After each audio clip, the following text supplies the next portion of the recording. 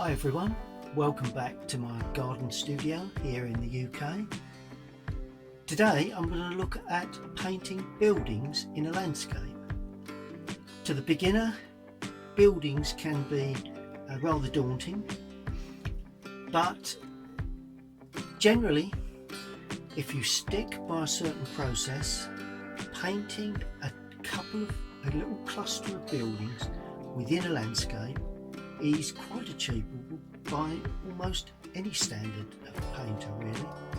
What we're going to look at, I have a small sketch here.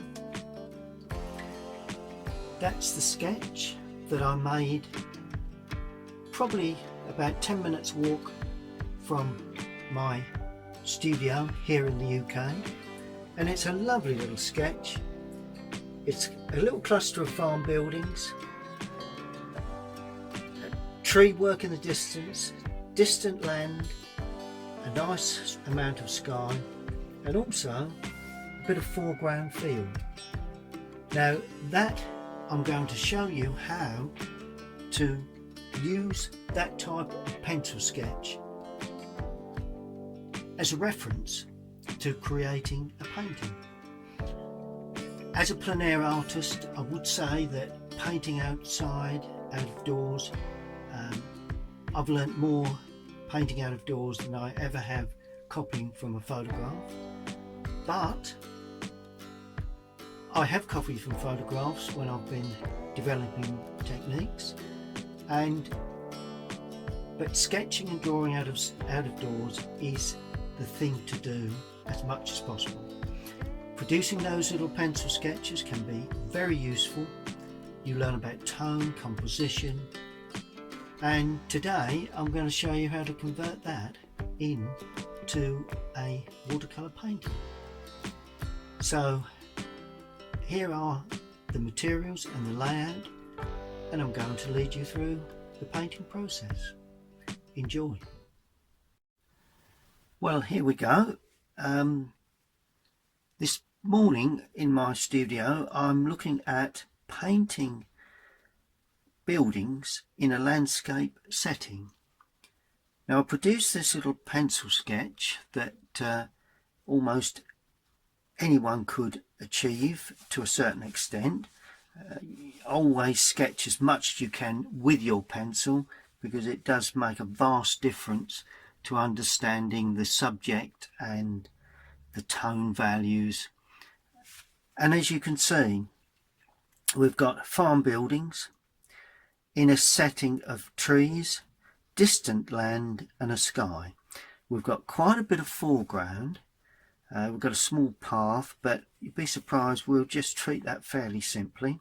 The buildings I may simplify for this particular exercise because it's for the beginner mainly, but I want to show you how to draw buildings and paint buildings in this type of landscape setting.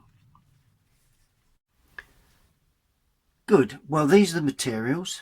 Got my paints along the back that I've just covered over, but I'll show you those in a second. The three brushes, we've got the number 6, the number 8 and the number 12 round, 2B pencil and a rubber if required, a putty rubber of course. So here we go, let's put that drawing down onto our watercolour paper. First thing we need to do is to find the height from which we need the bottom of the field.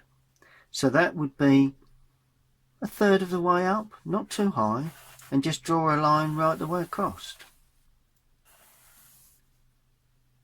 Doesn't have to be dead straight. As you can see, I'm working on my Bockingford pad, and the rings this side will hold down the paper, but I put 2 small paper clips that side. Maybe that you need, if you've not got those, you can put a piece of tape, anything just to hold, because otherwise that will tend to curl up as you paint. Good. Now I'm going to simplify those buildings a little. Going to draw in that one first. I mean, it's a good composition, but that one probably dominates against that one. So we'll put that off center to the right. Dead center would probably throw that one over too far, and then we'd have sort of like the focal point shifted a little. So so I'm going to draw about that sort of position. Going to draw the gable end there. That's that. I'm going to draw the roof line. When you draw buildings in a landscape, in most cases that apex is center of the building. Then we have a small roof line going back, very little perspective on this. It may drop a little, so you know, don't go up with that and up with that. Make certain that it's at least level, because the eye line is about that sort of height as we're looking across the field. Then I'm going to, just for simplicity, just draw the back edge, and that angle is the same as that one. So it's always a good thing to look at. Then I'm going to draw in the corner where that building sits. Now this is a walled area that I'm actually going to create hedging there. So let's put a little bit of hedging along that line there. Okay, it's just sort of adjusting the composition really. Then we've got the building in the background, so let's draw that across.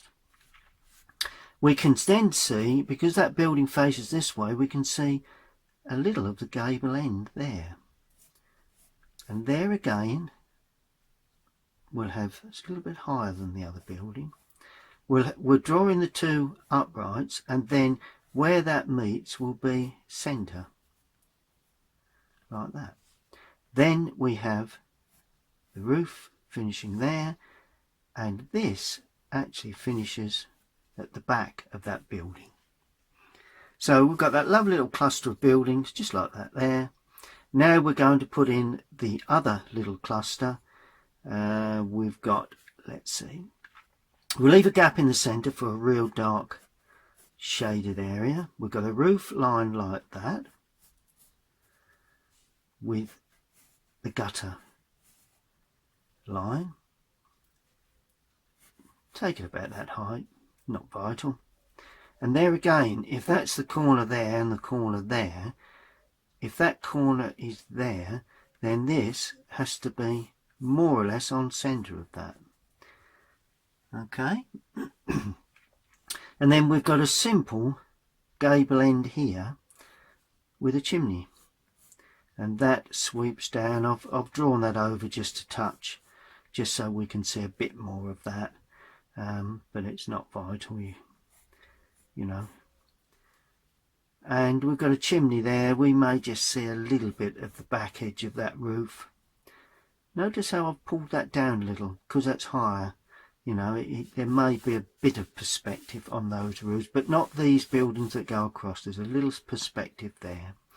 It's a natural thing that I do, because I've drawn so many of these subjects that it really is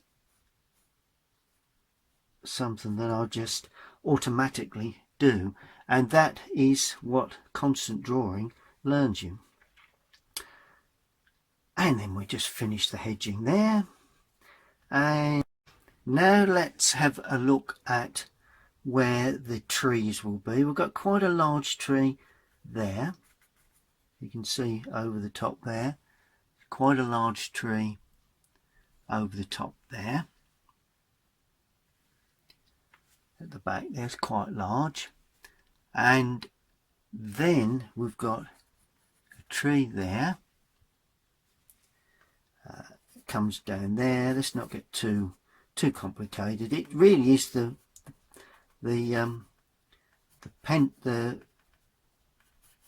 actual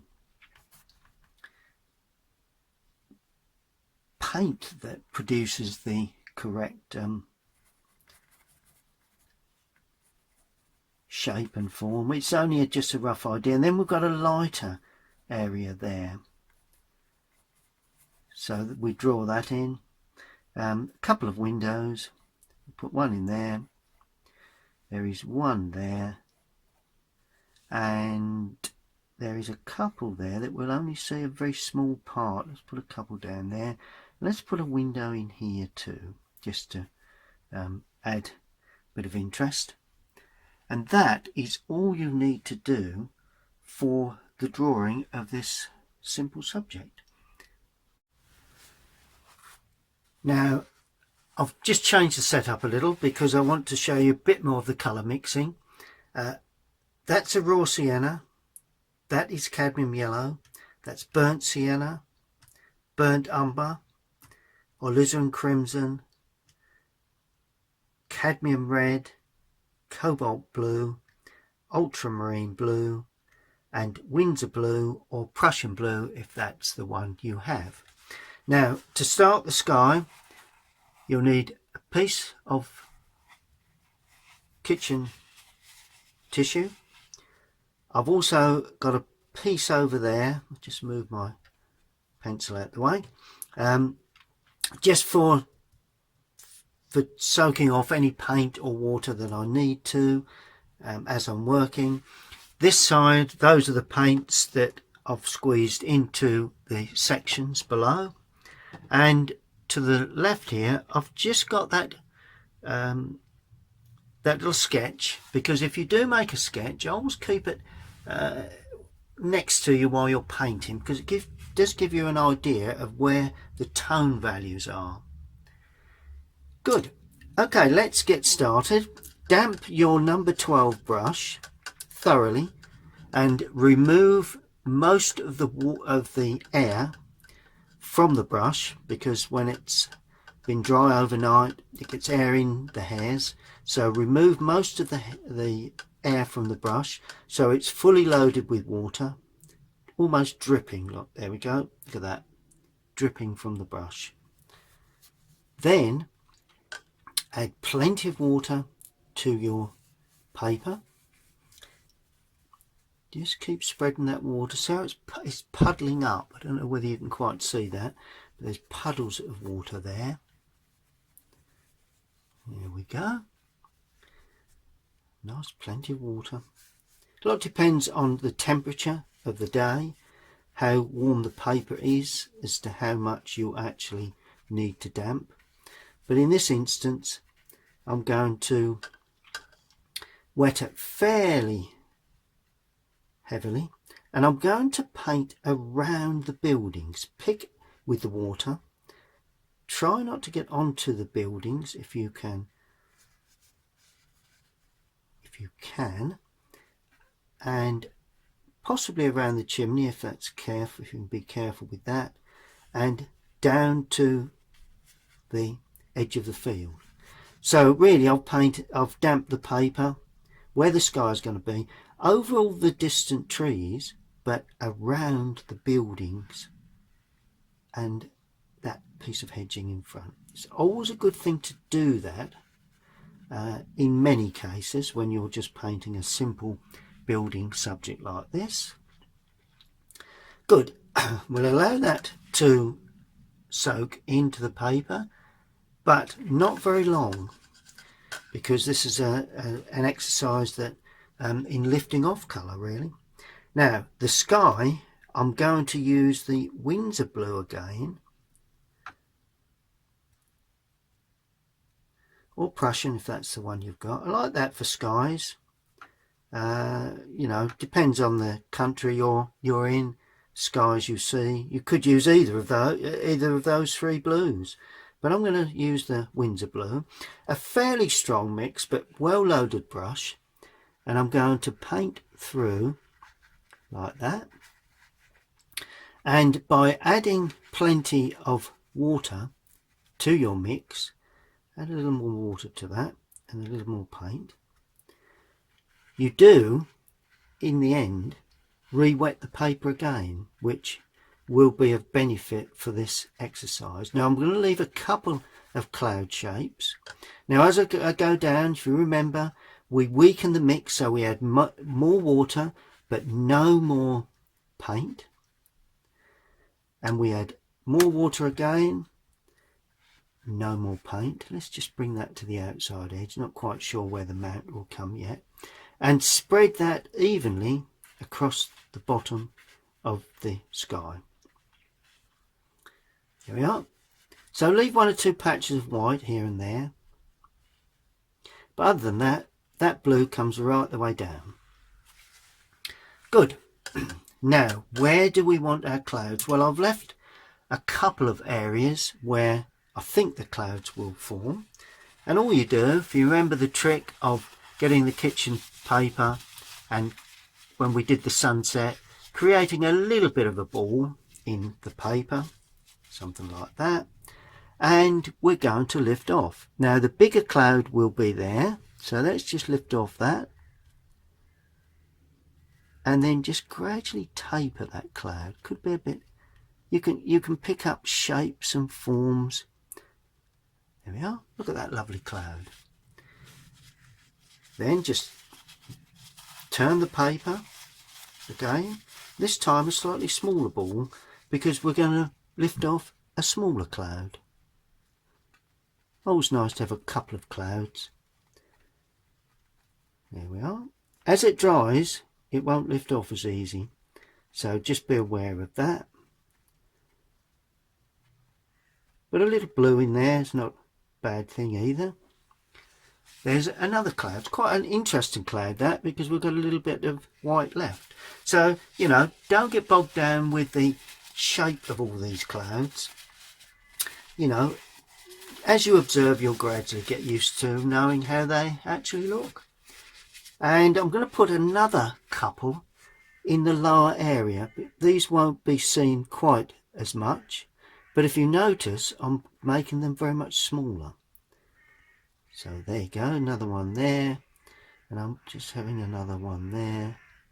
Don't put too many in, but just the odd 1 or 2. Well, there you go. That is the clouds, and we'll allow that to dry. Ah, well, there we go. We've got the wildlife outside. It's always nice when you're painting, that, you know, particularly if you're painting landscapes out in your rural environment, and you hear the birds and varying wildlife going on.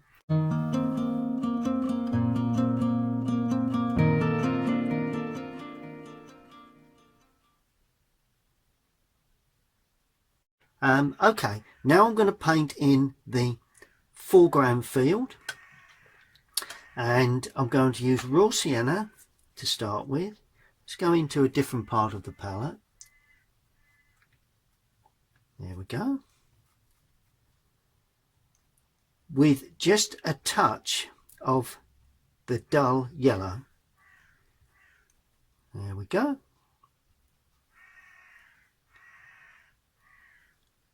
And I'm going to paint that on like that and gradually work my way forward. So that's very light, very sort of bluey green, grey sort of green for the distance. Remember the puddle of paint as you work down. Now I'm going to add to that you add the cadmium yellow, because that will be the lighter, more brilliant tone as we come forward. Now I'm going to pick up a little bit of that blue to go with that, and all of a sudden that turns somewhat darker. There we go. And all the time, because the board's at a bit of an angle, it's laying through, it's coming down. Then I'm adding more cadmium and more of the blue, and that creates a darker, richer green for the foreground. There we go, look at that. And let's go even darker right in this foreground, and you can even just drop 1 or 2 of the darker touches either side. Don't go too high with these, and while it's still damp, that is quite a good thing to do. Now clean the brush, and I'm going to show you how to lift off again to create a sort of like a track, really. tracks taper, right? So we start off with the point of the brush. We want the footpath or track to lead to the farm buildings. So we start off with a pointed piece of kitchen towel and we work gradually forward, lifting off. And as we move into the middle area, we begin to create a wider path. There we are. You see you've got the wider path as you come forward, and by lifting off you're actually creating the illusion of a pathway. And see how I've widened that out and brought that out the side of the paper and not actually. There we go. Doesn't matter if there's a little bit of blue there, it's an impression of a path leading towards the in a rough field. So it doesn't have to be completely white, still a bit of greenery there, but it's just given an illusion really of a path going towards the farm buildings. Well, I've allowed that to completely dry. Now we're going to look at painting the distant land. So let's get that in next. I'm still going to use the large number 12, making certain that it's completely clean. So on the side of your water jar, just give it a bit of a twist, because that's the thing that really gets rid of the paint in the real heart of the hairs of the brush. A little bit of water off the brush. Now the distant land, I'm going now to use the cobalt blue. Now we'll mix just into that a little bit. Notice I'm not cleaning every time. You know, it's in landscape painting, it's continuity of colour that pulls it all together. So if you've got a little bit of that that Windsor blue or Prussian blue, that very dark blue coming in, not going to make a great deal of difference, but as long as the cobalt blue dominates, then, because this is the real distance part of the land, I've not produced the drawing for that because I can now work out how high I need that depending on the clouds that I've got. And so this is the blue.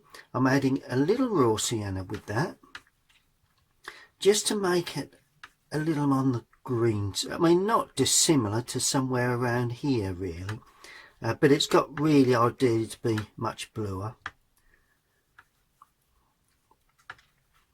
And then I'm going to sweep that across. The reason I've used a large brush, because I want to have a nice puddle of paint. So let's mix a little more.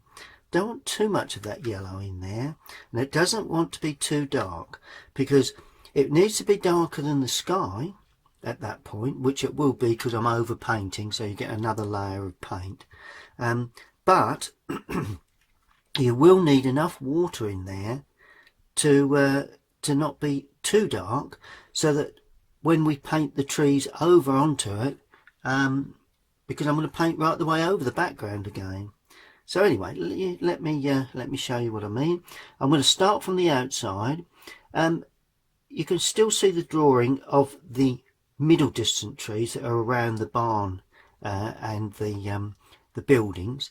Go just above that, okay, and just sweep across and paint right the way through. Now add a little more water as you come down and across like that. So that's our distant land. And I would suggest when you're learning to paint right the way through, picking around the building as far as the middle distant field. Now add a little more water, and this time a little more blue, because what I'm trying to do is to create a feeling of depth. Remember we did that last time. A little more water and more blue gives you a feeling of depth. And try and paint that through round the buildings fairly cleanly. if you can. Just be careful if there's little puddles of paint forming. We'll lift those off shortly. And notice I'll put that in at a little bit of an angle. Yeah. And then continue that behind that building there and sweep that through. It's at a bit of an angle. It just helps to give a bit of added interest. Just a flat line may not be may not look ideal. Then all you need to do, remove some of the paint on your kitchen tissue, and that will allow you to lift off colour. If you see any little beads of paint forming, even on the edges there, just lift those away. They will be out of picture, because if not, if you end up with puddles of paint, they can bleed back in to the picture, and where it's dry, the puddle of paint bleeds back in and you get a sort of like a mottled edge. Alright, in the lower area it's not going to really affect us because we probably be actually putting our trees in. So but anyway, we'll allow that to dry. Good. Okay, now that is completely dry, so the background or the distant land has completely dried, so it's all ready now to be it's all ready for me to paint in anything else I need in that background. Well, if you look at the composition, it's quite a large area there.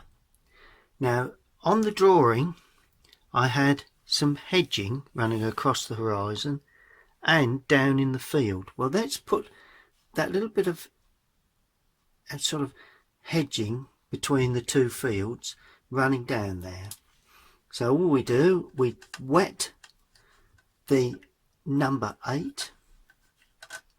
Going to use that now. Take a little of the moisture off on the side of the pot,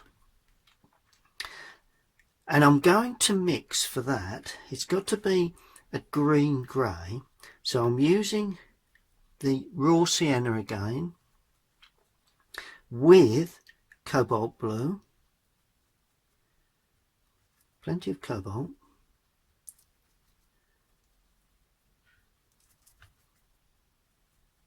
if your paints do tend to dry you can always damp them up again.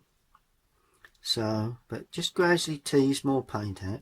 I'd prefer to work, as I've said before, with dry or just damped colours, because if you were to have straight from the tube, very subtle, and you take up loads of paint and you waste so much. There you are. That's all you need. A blue, greeny, grey green really, I suppose. And then remove some of the paint. Don't want too much here, we don't want blobs of colour. Then I'm going to create a feeling of a bit of hedging just running down the field like that towards the building. There we go, look at that. Remove a little bit more paint, and as we go up to the horizon we're going to have a tree line along the top of the horizon. Look at that, like a small wooded area running out of picture to the right, and that then is going to continue down and taper, finish somewhere there perhaps. It's not a bad place to finish, I suppose. We've got a large tree coming in there, so other than that most of it will be covered with the trees in the middle distance that are sitting behind the buildings. So that's looking good. So, you know, we're building up a landscape, and when you do actually look at landscapes, fields, you will see that the difference between the field and the hedging in tone the hedging normally is darker than the field. It can work the other way, a lot depends on the crop within the field, but generally in a landscape, if you look closely, you'll find that the hedging is darker than the field. Good. Let's clean that brush, allow that to dry. Now I'm going to look at that. That's virtually dry. I mean, you can give it a little bit longer, but let's just, you know, we're not going to paint into that greatly, so I wouldn't be too concerned. But, you know, as you're learning, I suppose it'd be best for you to leave that to completely dry. Now I'm going to move on and look at the hedging. Well, tonally on the sketch, these were lighter than the trees, than that area. This was the darker area. So I'm going to work my way across the paper, working my way towards the buildings. Damp, a number 8 brush, not too much water. Now for this one, because these trees are nearer to us, we start using the richer, more intense yellow, the cadmium yellow.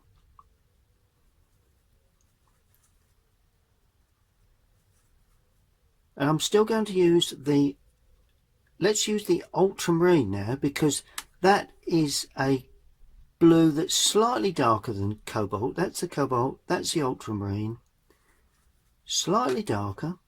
So we don't want too much intensity with this colour. Remove a little bit of the paint. Now, you could use the side of the brush, but I'm going to use more of the point of the brush. I think it's easier when you learn. I'm going to start on the outside edge there, and you notice how I'm using brush strokes that are quite open at the top, just, you know, not dots, but just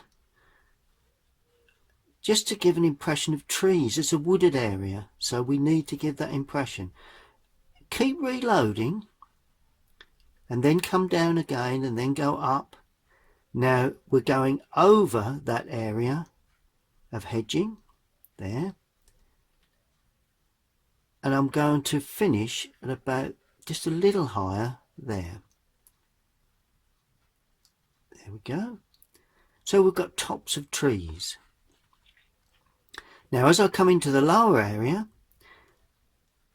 I'm going to get a little bit lighter there. So just pull that paint, you're more or less pulling the paint, the damp area of paint down.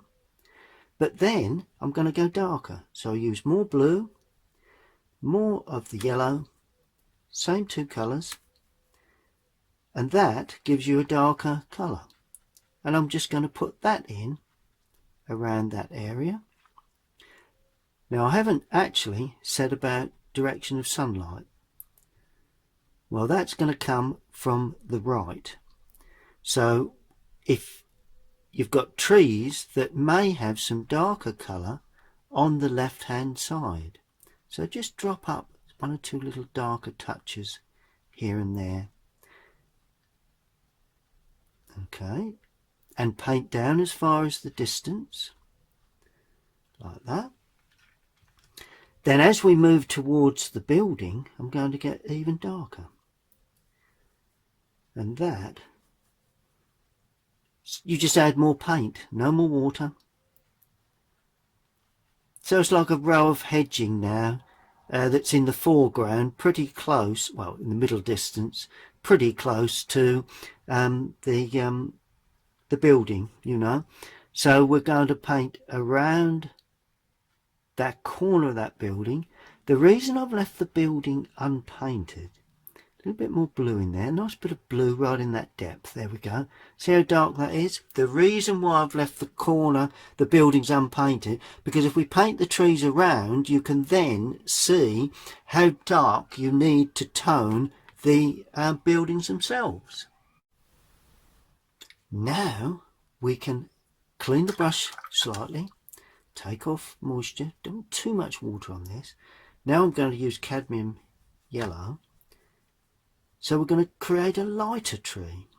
Now you'll get the theme, it's that tone value thing again. So that's a lighter tree. that's behind that building. And you may even begin to see still a bit of the land in the background.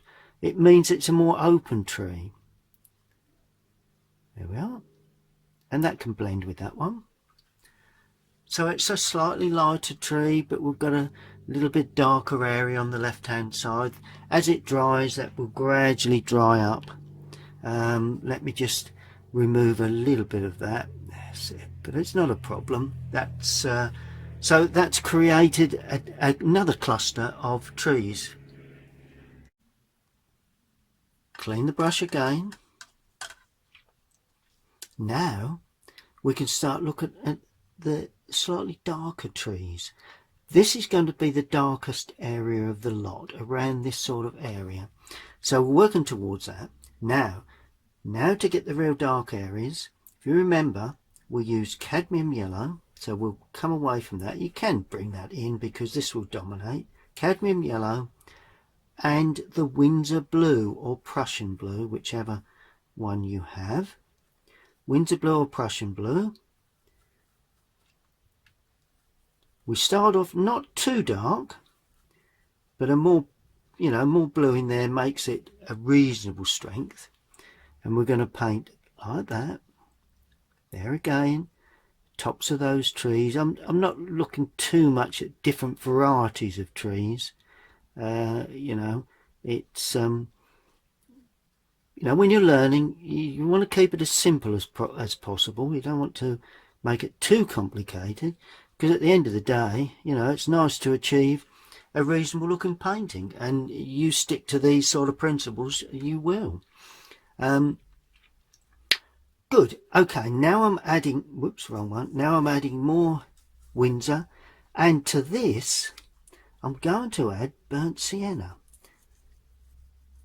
Last time we added the burnt umber, the darker brown, but I'm going to ring the changes just to show you the different colours you can get, really. And there's not a great deal of difference between burnt umber or burnt sienna. It still gives you a real dark sort of... If there's too much brown in there, add a bit more blue. Don't want to go too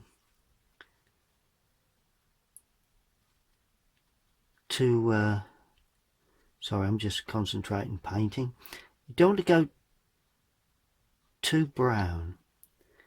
Well, not for this particular painting. Some you may need to. And because that other area is still damp, it bleeds up into it and just touch into that damp area. It's all working sort of wet into wet, really, to achieve that result. Now we add more water, take a bit of moisture off the brush, and we can go a little bit lighter then and just paint into that. And all of a sudden we get a lovely blend of those colours. So it's really dark there. And while you go into the dark again and just put a touch of dark there. Still a little on the damp side, but it doesn't matter if it isn't. If you get a hard edge, it doesn't matter. It just continues that dark area either side of the building. That's the only reason I've done that. Good. Now I'm going to add to that a little bit more yellow. And the yellow will lighten the mix slightly, which is really what I'm looking for at that particular point. Notice I'm painting around the building.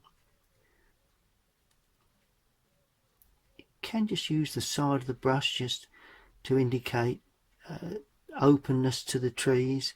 I'm not suggesting dots of colour because that are not too many the same, but just a little bit. Can you see the way I've hung out sort of branch work? One or two little touches at the top there where there's little clusters of leafing.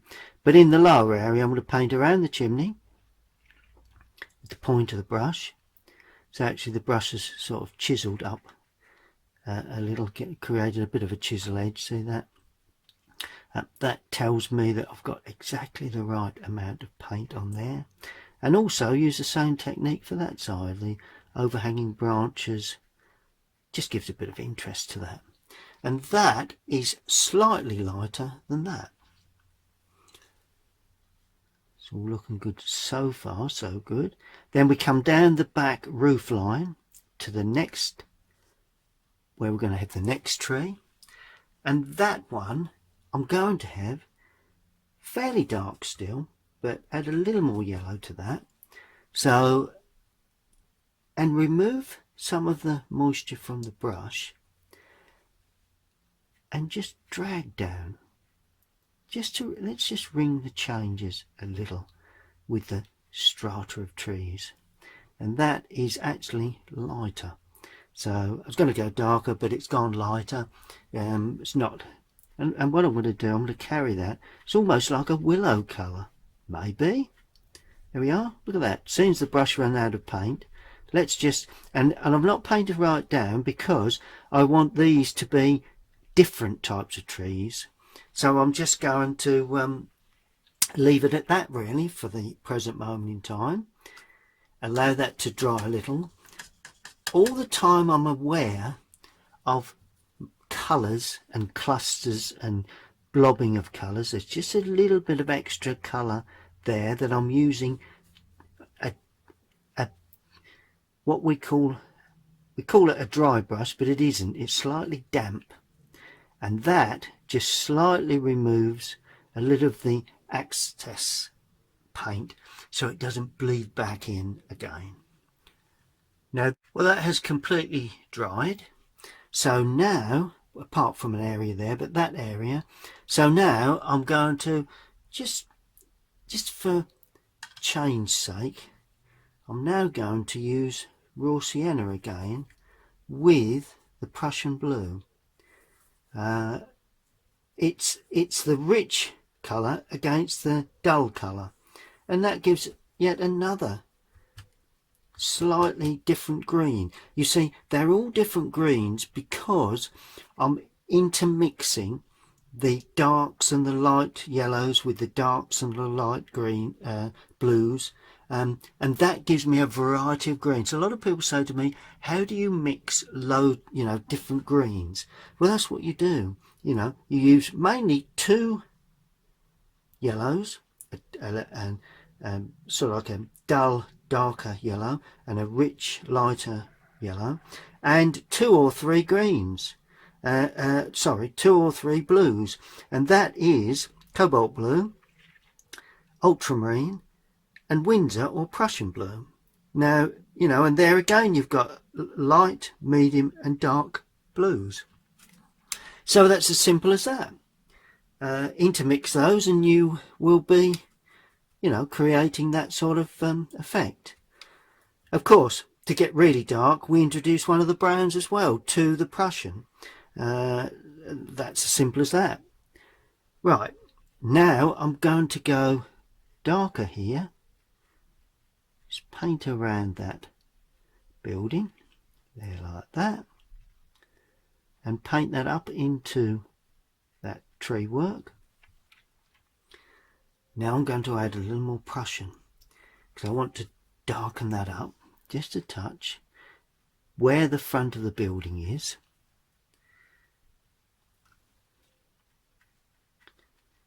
And create a small wooded area or high hedging just in front of that building. There we are. Look at that. Brilliant. Loving it. Now weaken the brush, add water to the brush, not too much, take a little bit off on your kitchen paper and just pull that paint down.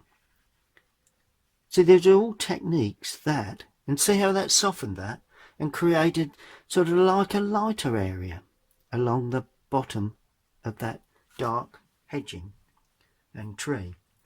It's wet into wet, wet on to dry to get the hard edges. We get the hard edges by going on to dry paper or paint, and the soft edges where we go wet into wet.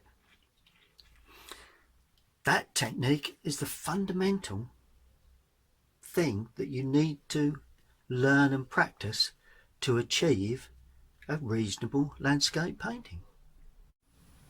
Now finally we need to look at buildings. We're painting the buildings now. Lots of different buildings here. That we're going to leave as it's a white bordered building. I'm trying to get buildings that you're likely to see in the distant landscapes at this stage. That is going to be red brick. That's going to be dark board, and that's going to be rendered. So hope I can remember that, because that's my basic principle for the next stage of the painting. Right, take your number 6 round brush into your water jar, loaded. Take a little moisture off onto a kitchen towel. Now we're going to paint a cream to that. Now I'm going to go into this third little area of mixing. So in this instance I'm going to use the third section, just so as I can give, we don't want any greens at this point in that. Now the cream, if your paint's getting a little bit sort of dirty, just clean it up like that. See that yellow? A damp brush, mixed in, rinsed in your water. Don't worry about the water going dull. That's there again is something that holds all the colour together. It's vital that if you keep remixing good clean colour every time, it will be very, very fresh, but it won't look natural. So that's what I'm trying to produce, natural landscapes. Good. Now we use a bit of the raw sienna, and I'm going to use for my cream a little burnt umber, not too much, and it's going to be very, very weak. So plenty of water, very little paint, burnt umber with a little raw sienna. And I'm going to make it a warm cream. So what I'm going to do is put a bit of that red with it. There we are. Make it an orangey cream, a warm cream. So brown, burnt umber, cadmium, with a little of the raw sienna. Not too much. I'm going to paint the sunlit side first. There we are. See that yellowy, slightly orangey cream? And I'm going to paint around the windows. You could paint over, wouldn't be a major disaster if you... There we are. And at the moment that looks as if the sun or the light is coming from the left, because we've got white paper there. But I'm going to paint this colour onto the left hand side as well, paint over those windows, purely because that will be shaded, because the sun light is coming from the right. Good, so that's that. Now I'm going to do the brickwork. So let me freshen up the burnt sienna. See the way I've freshened that colour up? Just with a little bit of water. Clean the brush again. Right, now we start off with the brickwork. Let's move that hair out of the way from the brush. Burnt sienna. Burnt sienna, nice colour for brickwork. Depends on the bricks obviously, but then I'm going to add a little of the alizarin crimson, because the alizarin crimson does tend to give me a sort of like a red brickwork effect. And all you're going to do then, just remove a little of the paint, paint that gable end there, actually not painted right up to the dark area, and that area there, that's my red brick building. Now at this sort of distance, and I would suggest at most distances for my personal choice, individual bricks are not really seen, unless you are very, very close. If you're doing a study of a building that's very, very close, you need to at least suggest brickwork. But at this sort of distance, there's no need for brickwork at all. It's puddled a bit there, so just going to lift off. Go, purely because I dried the brush a touch. And I'm going to allow that to dry. That is white board work. This is dark board work. So to get a dark bordered, we call it black, but we never, I mean, I'm not going to use the Payne's grey for this. I'm going to mix, because I've used burnt umber before. Burnt umber with the ultramarine, not too much water in this mix. So we're getting a really dark, almost black, but it's not black because we've just used two colours basically, so it's not a natural produced black, it's a black we've mixed. There we are. Now I don't want to go too dark. Remember tone values. If I'm as dark as that green there, I would lose that corner. I don't mind going dark on the outside, on the left hand side, because the shadow is there. So I'm painting dark on that one, and just remember that gable end is foreshortened. It's quite a sharp point, so if you've got that angle in, then you've achieved the required result. Then I'm going to add a little more blue. That's a little brown at the moment. Okay, a little bit more blue and a little bit more water, because I don't want this to be too dark. Move a little moisture from the brush and paint in that dark bordered area. And there again, we won't see each individual boards. We will only see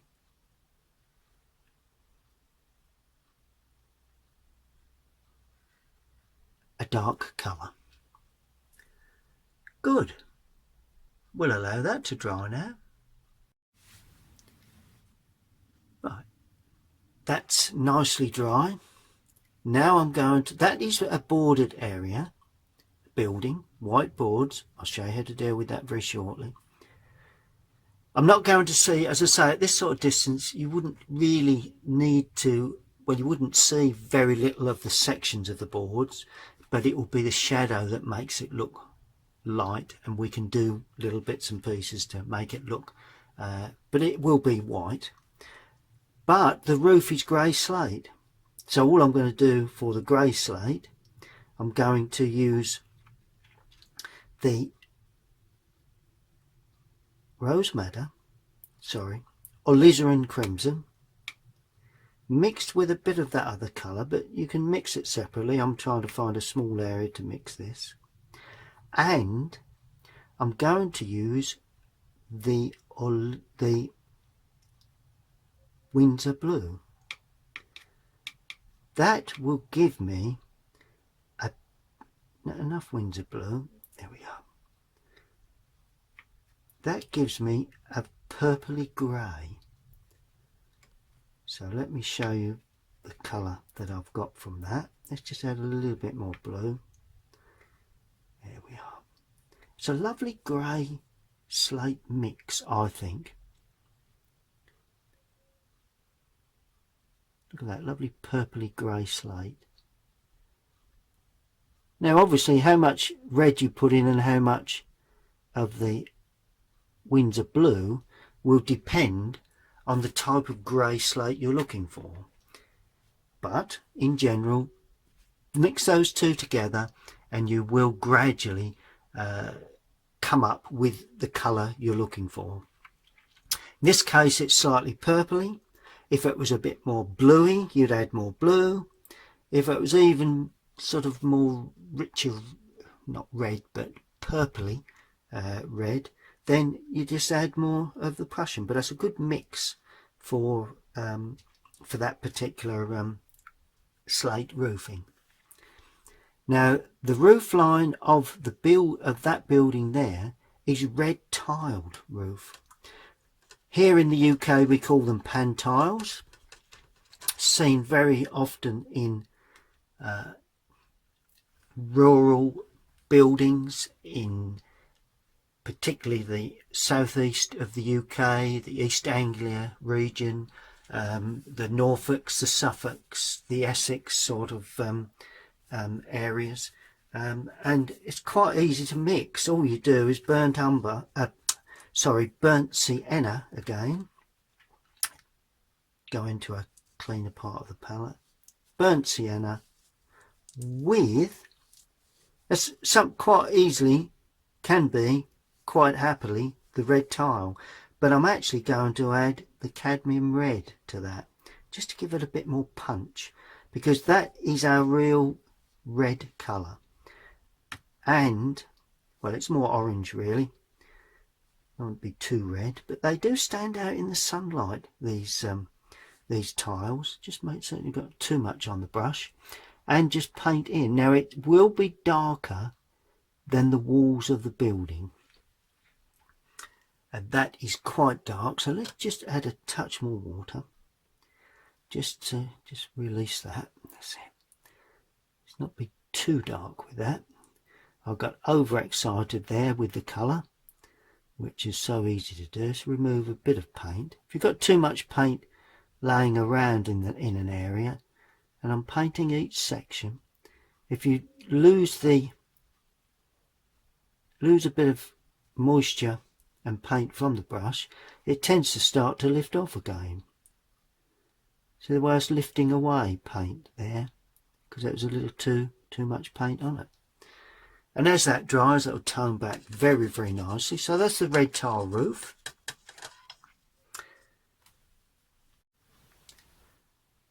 I'm also going to paint the red tiled roof and chimney with the same mix for that area there. Will be in shadow, but we'll paint it in first, and the chimney section. There we are. Nice to have a nice red chimney. Little bit blob of paint, so I'm removing some moisture. So let's just, there we are, that's better. Want that to be red but not too dark. It's tone again, you see. If we're too dark with the chimney, we lose it against the greenery in the background. And the greenery in the background is the key to this painting, because greens and reds, you mix them together, you get greys, but if you actually paint them next to each other, they complement each other.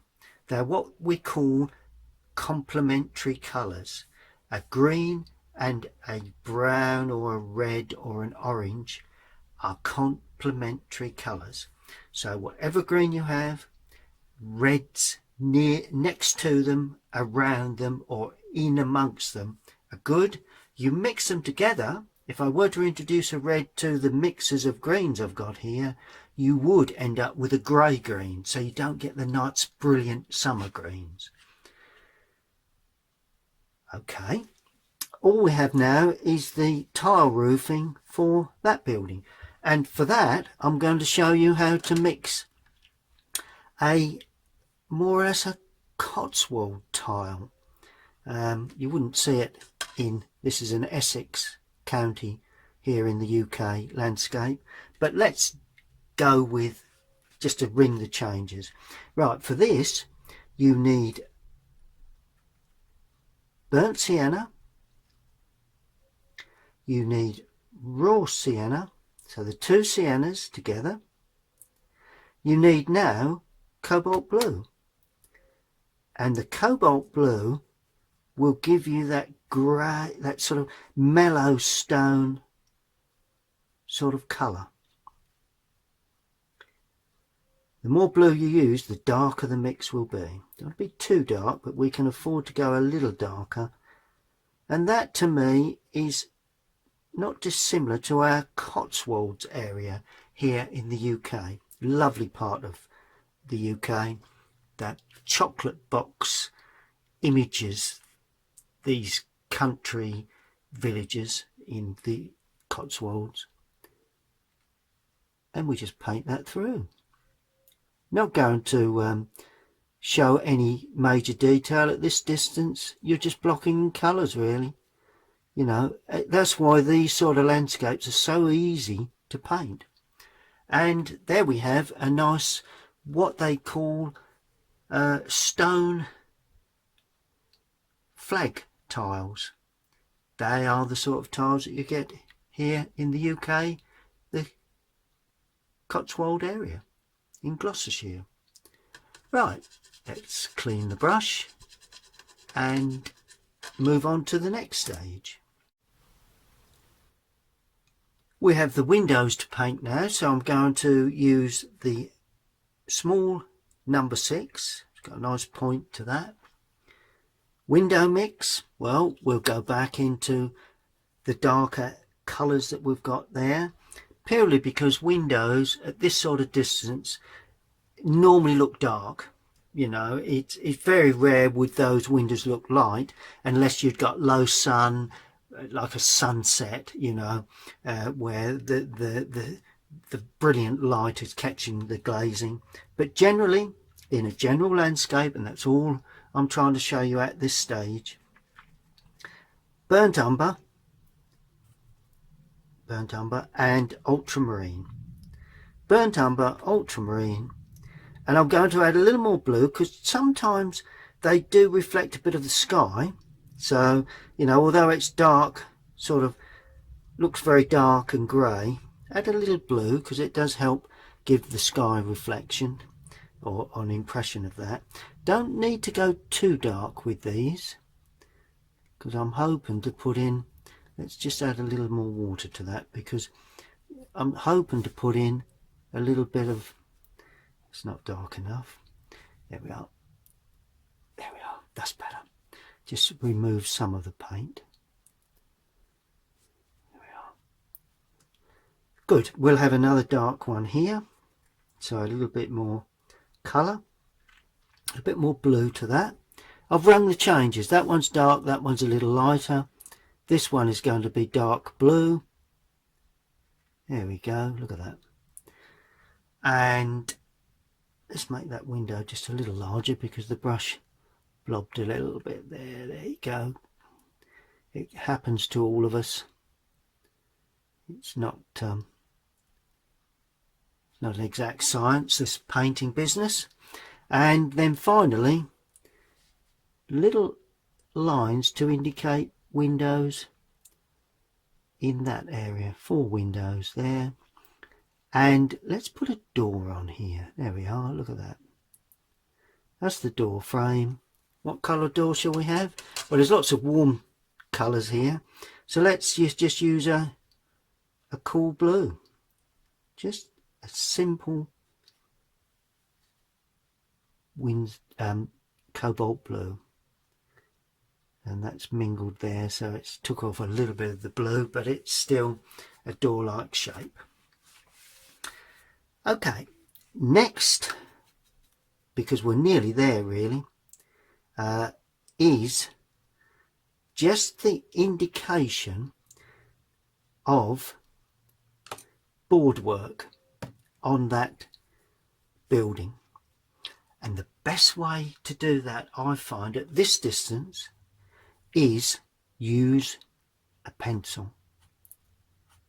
1 or 2 lines going across like that, not too many, just the odd few here and there, a few running there. Just remember the perspective if there is any. And it's suggested.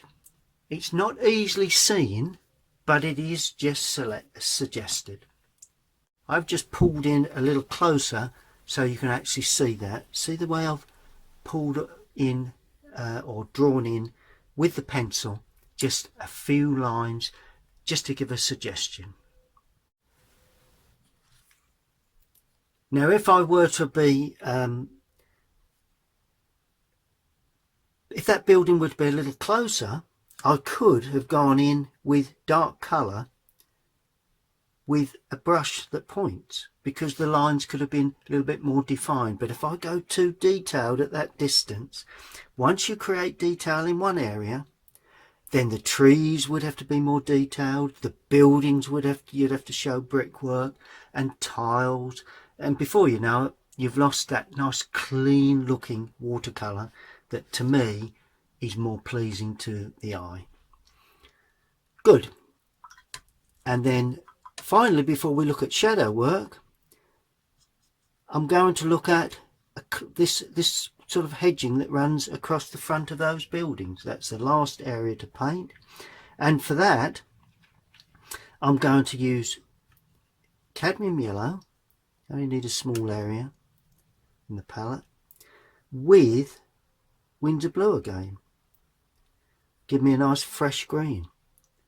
And I'm starting fairly light at the top with a well-loaded brush, like that, working away right the way across the top. Notice I've still well-loaded brush, still puddles of paint showing, like that. Then I'm adding a little more Windsor blue to creating a little darker area in the lower part.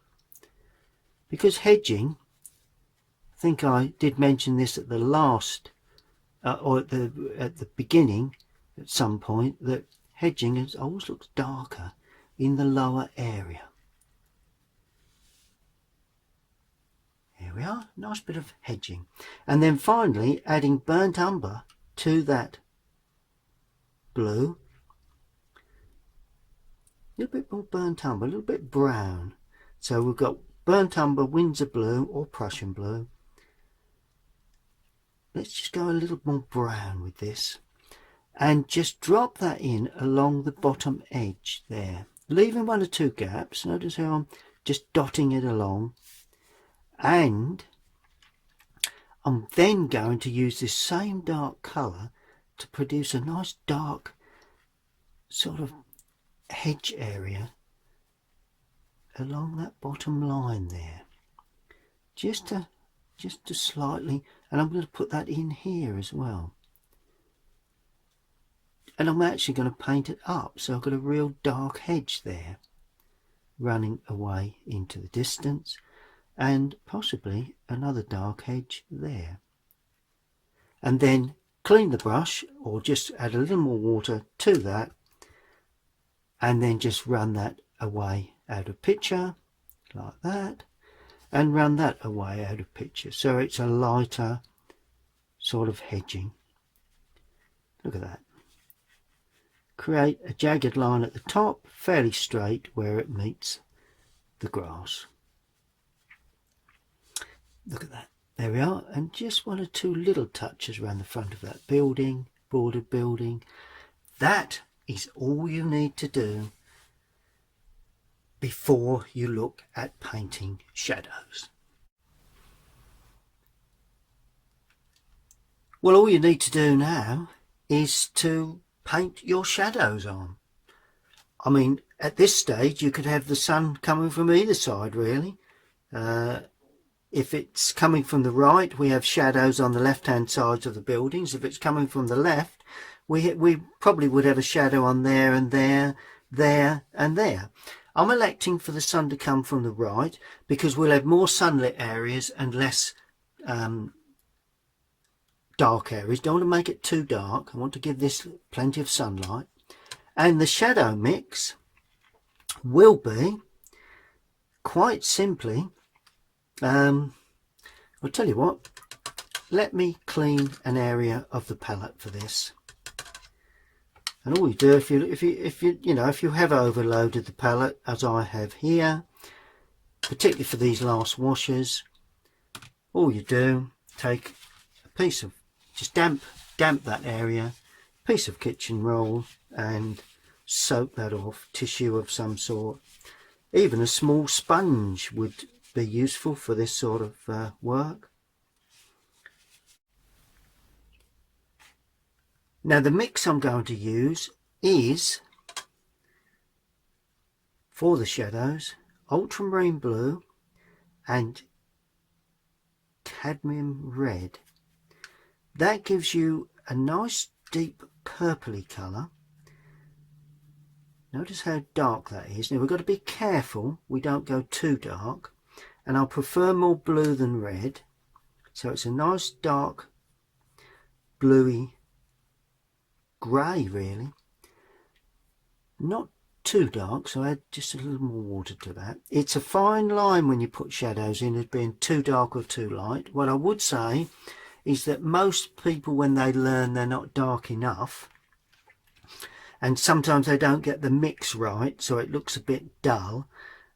But I'm sure if you use the ultramarine and the cadmium red, that's a good mix for overall general shadows.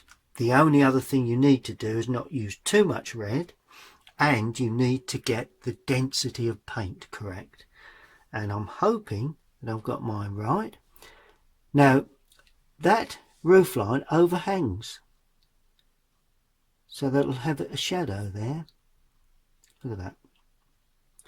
All of a sudden, bang, I'm leaving a bead of white to show the edge of the tiles. See that? All of a sudden that looks as if there's sunlight coming from the right. Now the overhang of that will be in shadow, and so will all of this side of the building. And all of a sudden, don't come right the way down dead flat, and all of a sudden you've got that feeling that you've got sunlight on that building. You know, shadows are magical things to lay onto your painting. Then we've got where the gutter line overhangs the building, you'll have a shadow, and the top and down the right hand side of that window you'll have a shadow. You will have a shadow on this gable end too. Not as dark as the background greenery, otherwise you lose the effect of sunlight, blends too much, but basically that's it. We've got form and shape, just like that. It really is a brilliant medium watercolour. Underneath that roof line there as well, to give overhang shadow. As I said before, the shadow overhangs because the gutter line where the roof meets the wall overhangs the building. So, and where it overhangs, it always shows a shadow. Depending on the sun, and the width of the overhang will depend on how the width of the shadow, but that is something that you will gradually get used to. That's observation again. And I'm sure after this video you will look at buildings and trees and landscapes in a different way. You will start to look for these things about shadows, colours and tones. Good. Now I'm going to paint in the left hand side of the chimney and that roof line, because that would be in shadow. And the good thing about watercolour, if you don't go to, if it's only a wash of colour, you will still see the red coming through. But this one, just add a little more water, don't be too dark with this. The front of that will be also in shadow, front of the roof of the building, like that. And all of a sudden you've got that feeling that that side of the building is in shadow. And there will be other little areas like that door that will have, if the door sits back into the frame, then it will have a shadow across the top down the right. But overall, that is really all of the building shadows that you need to put on. One thing I would say, to give the impression that perhaps that clump of greenery there is not standing behind. At the moment it looks as if it's standing behind the building, but if you want to make it look as if it's standing in front, just put a shadow across there like that.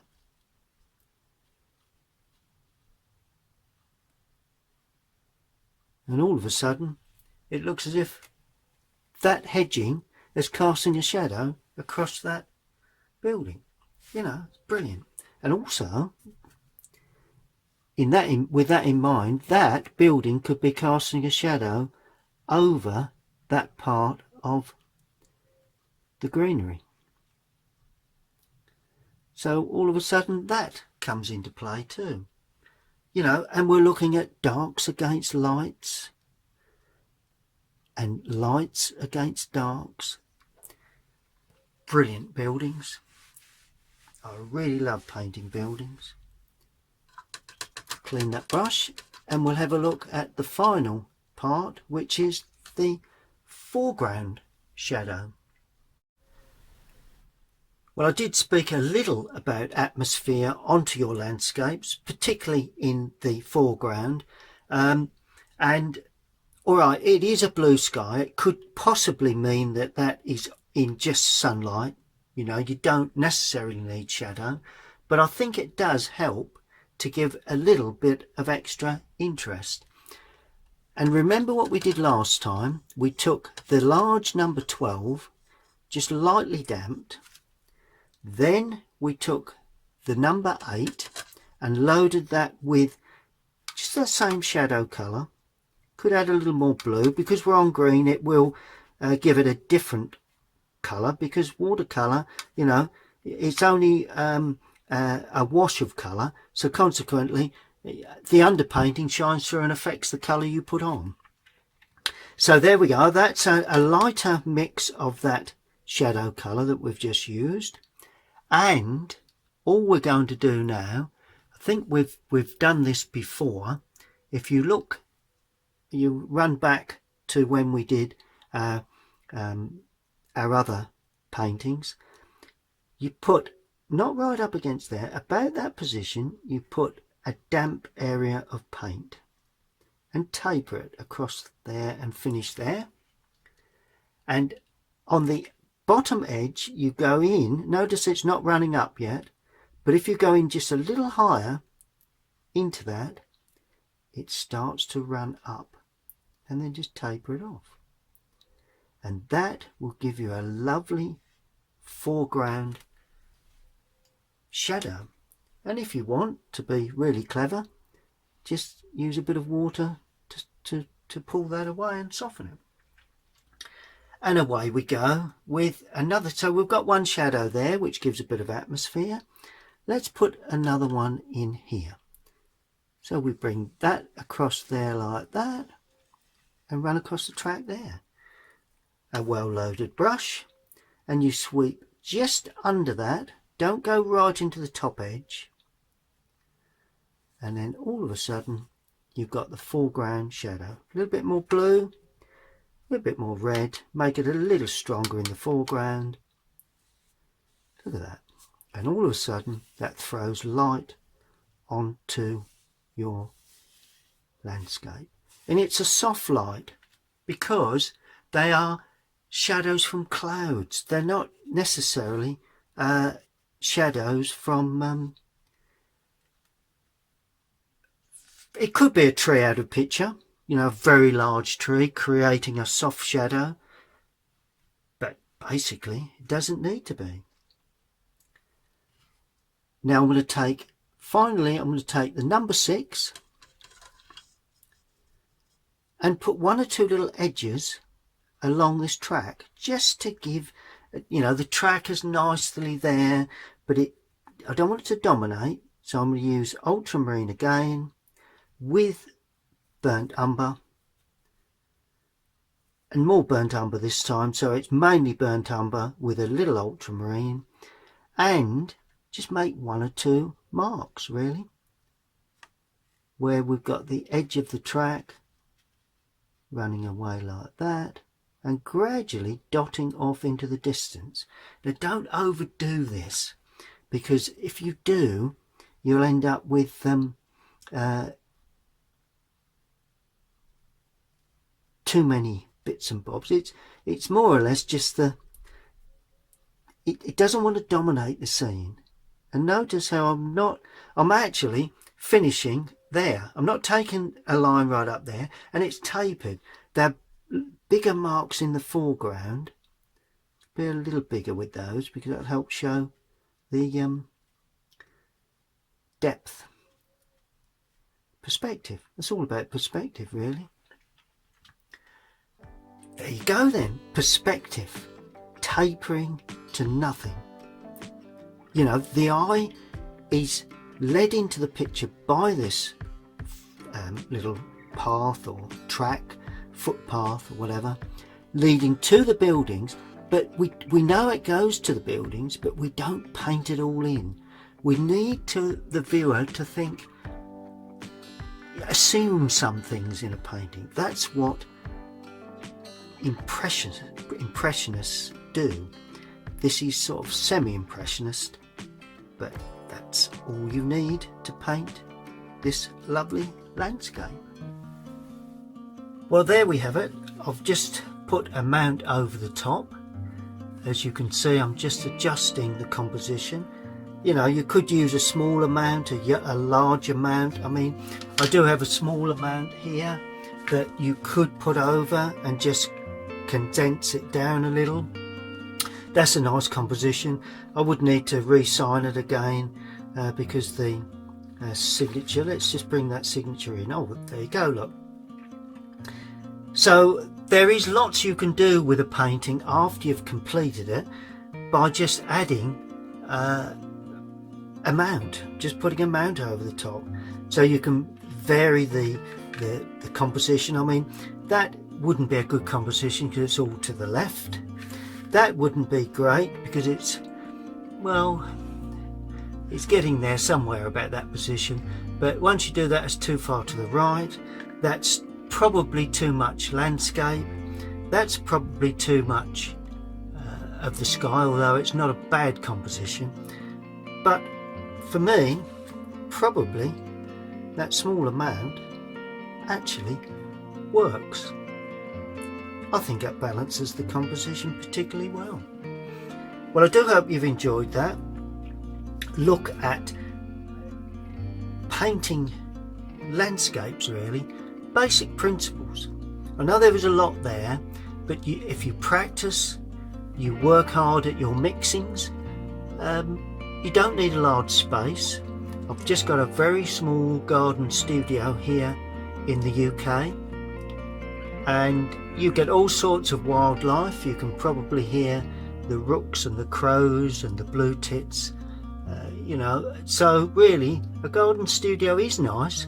But if you haven't got that, and I mean it can only be, it only need to be just a shed, but if you haven't got that, then to be honest with you, just the corner of a room, an office with a table, you know, the materials are so minimal with watercolour painting to get some enjoyment from it.